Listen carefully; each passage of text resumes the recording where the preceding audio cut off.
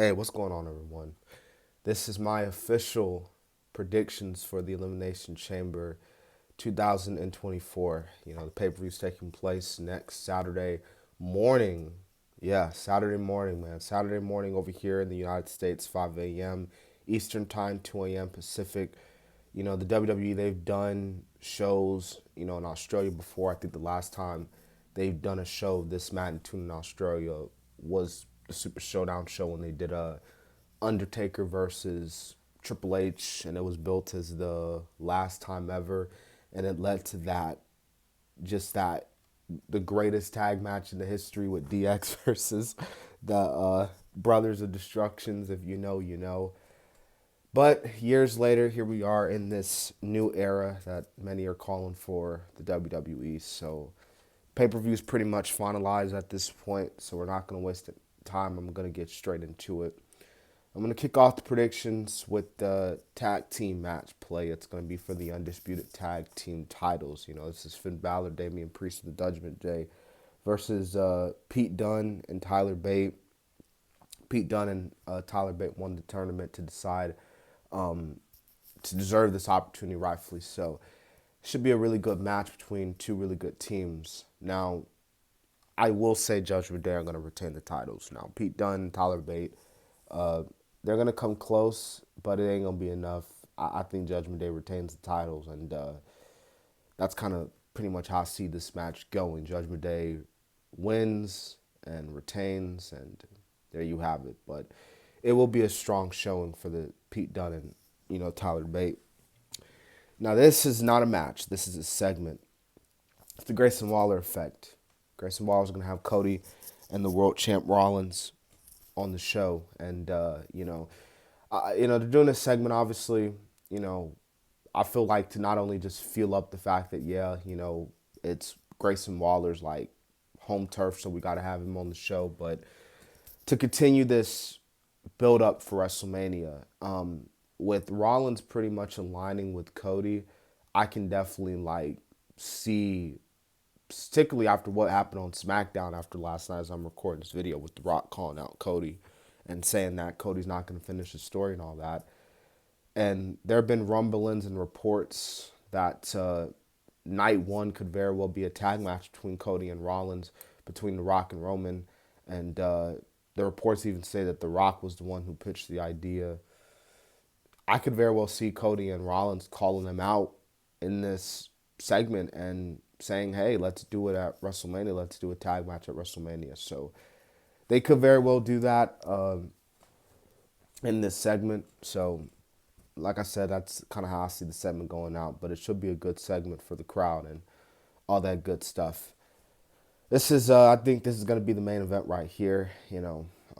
Elimination Chamber for the men's. This is going to see who's going to challenge. This is actually going to be for the World Championship. So, never mind then. This is going to be who's going to obviously face Seth Rollins at WrestleMania. So, never mind. They're not going to do, I don't necessarily not going to do a tag match at WrestleMania, excuse me. But, anyways, nonetheless, Kevin Owens, Bobby Lashley, Randy Orton, Drew McIntyre, Logan Paul, LA Knight, yeah. This should be a good Elimination Chamber match. This has got a great category of, all the guys here. But I think Drew McIntyre is going to end up winning. I think it's probably going to come down between Randy and Drew. And I think, again, Drew McIntyre is going to win. So that should be a really good match here. And like I said, I can very well see this being the main event. So there you have it there. Okay, so again, this is the Elimination Chamber. They're definitely going to open the show up with this, with an Elimination Chamber match, and close with an Elimination Chamber match. And this is going to be to see who's going to challenge Rhea Ripley for the championship, her title at WrestleMania. We still got a final spot here, but you got Naomi, Liv Morgan, Becky Lynch, Bianca Belair, Tiffany Stratton. The lineup looks really, really, really cool, man. This should be a really good match here. But I feel like I don't want to use the word like, okay, this match is predictable, but it's kind of hard not to say it. Becky's going to win this match, and I'm not saying it in a bad way. Like, Becky's going to face Rhea. you know, particularly because we're going obviously Bailey versus Io. So, and these other women, I just like outside of Bianca, obviously, but it's gonna be Becky. I honestly think it's just gonna be Becky, and Becky's gonna win, and she's gonna go on. And speaking of Rhea and Nia Jax. Now, I think this build up hasn't been that necessarily bad.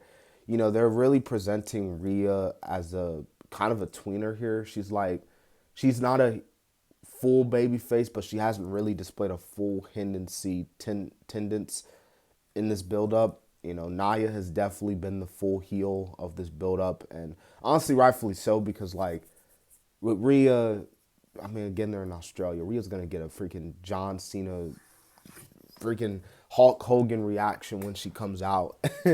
So necessarily her being the heel and Nia like not really going that route, it's a recipe for disaster. Nia's getting probably gonna get John Cena ECW one night stand in this. If she was to win, there'll probably be a riot. Not just in Australia, but probably all over the world if Nia was to win. But nevertheless, Rhea's retaining the title, no doubt about it. You know, I will admit, I will give credit where credit is due. I know I've kind of shitted on Nia Jax in the past because I never really looked at her as this really necessarily good wrestler or just fun to watch on TV. But I will say this. I got to give credit to her, and I'll give credit to WWE. I think they've done a really good job at presenting Nia as this unstoppable force. Really, since she's come back, I mean, she freaking, again, beat Becky Lynch. So, like, that right there should tell you alone, like, okay, like, they're obviously presenting her as a monster. So, I got to give credit where credit is due. Yeah, so that's pretty much it, man. You know, the Elimination Chamber, I will say this, though, and I may be a little long in predictions, which I apologize, but a lot of people online are saying that, oh, this show is filler. You know, oh my God, this show is about to be so lame and boring. And to a certain extent, it's like, well, I mean, yeah, like, this is the final stop before WrestleMania, you know? And the Elimination Chamber, granted, has kind of always been kind of that, a filler pay-per-view before WrestleMania.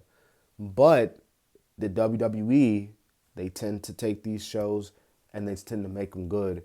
You know, like, again, last year's Elimination Chamber, even though it was, again, kind of people were looking at it somewhat of a filler show, Elimination Chamber was probably one of the best shows of the year last year. And I'm not saying that could happen for this one. I mean, it could, but you never know.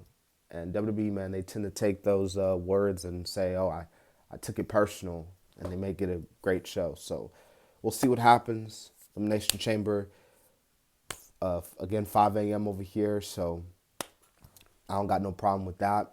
Yeah, that's the video. So, yeah.